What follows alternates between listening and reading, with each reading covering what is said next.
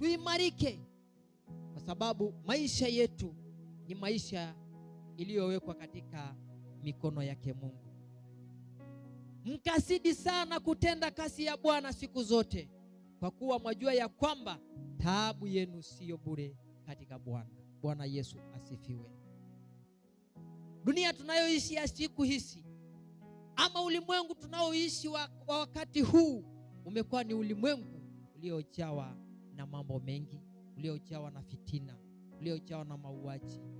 Ni ulimwengu pia ulioinuka kimadhehebu.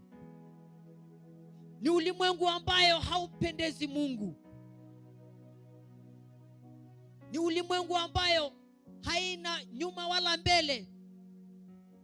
Ni ulimwengu ambayo inataka kututoa katika lengo, katika njia ya Mungu.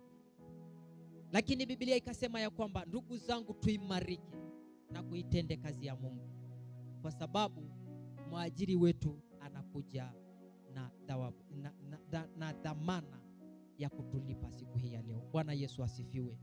Ni wengi sana ambayo ni vigumu sana kufanya kazi hii, ni kwa sababu wanajua kabisa ya kwamba hakuna malipo, hakuna chochote anachoweza kupata mahali hapa.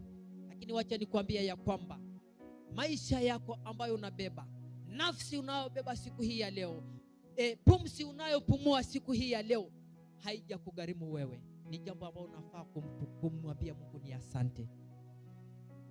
Ni kwa sababu ni maisha ambayo Mungu amebeba. Ni maisha ambayo Mungu anakubebea. Nafsi uliokuwa nayo ni Mungu anaibeba. Ni Mungu anakuepusha na mambo mabaya. Ni Mungu anakuepusha na magonjwa. Ni Mungu aliyekuepusha na mambo mengi. Lakini ewe mtu wa Mungu, ukazidi sana kuimarika na kuifanya kazi ya Mungu. Bwana Yesu asifiwe. Wengi wanapokuwa sasa hivi kwenye mahospitalini, wanahitaji usaidizi sana. Wengi wanahitaji ya kwamba Mungu, kama ungeniponya, ama Mungu ungenipea na ushindi, Mungu ungeniponya nafsi yangu, kwa hakika nitakutumikia. Bwana Yesu asifiwe. Tamani sana ukiwa na nguvu kumtumikia Mungu, lakini usitamani kumtumikia Mungu wakati maisha yako yameanza kuharibika kwa magonjwa. Bwana Yesu asifiwe. Usimtafute Mungu wakati uko katika wodi ya hospitali, lakini tamani sana kufanya kazi ya Mungu wakati ukiwa na nguvu. Bwana Yesu asifiwe. Bwana asifiwe. Bwana Yesu asifiwe. Tamani kufanya kazi ya Mungu wakati unapokuwa na nguvu. Wengi wanatamani kufanya kazi ya Mungu, pengine wamepita katika njia moja ama njia nyingine, pengine wamepita katika machungu ya maisha yao, lakini kwa sababu hawangeweza, wewe uliowezeshwa na Mungu, tamani sana kufanya kazi ya Mungu, na Mungu atazidi kufanya chombo chake. Bwana Yesu asifiwe. Kitabu cha Yoeli,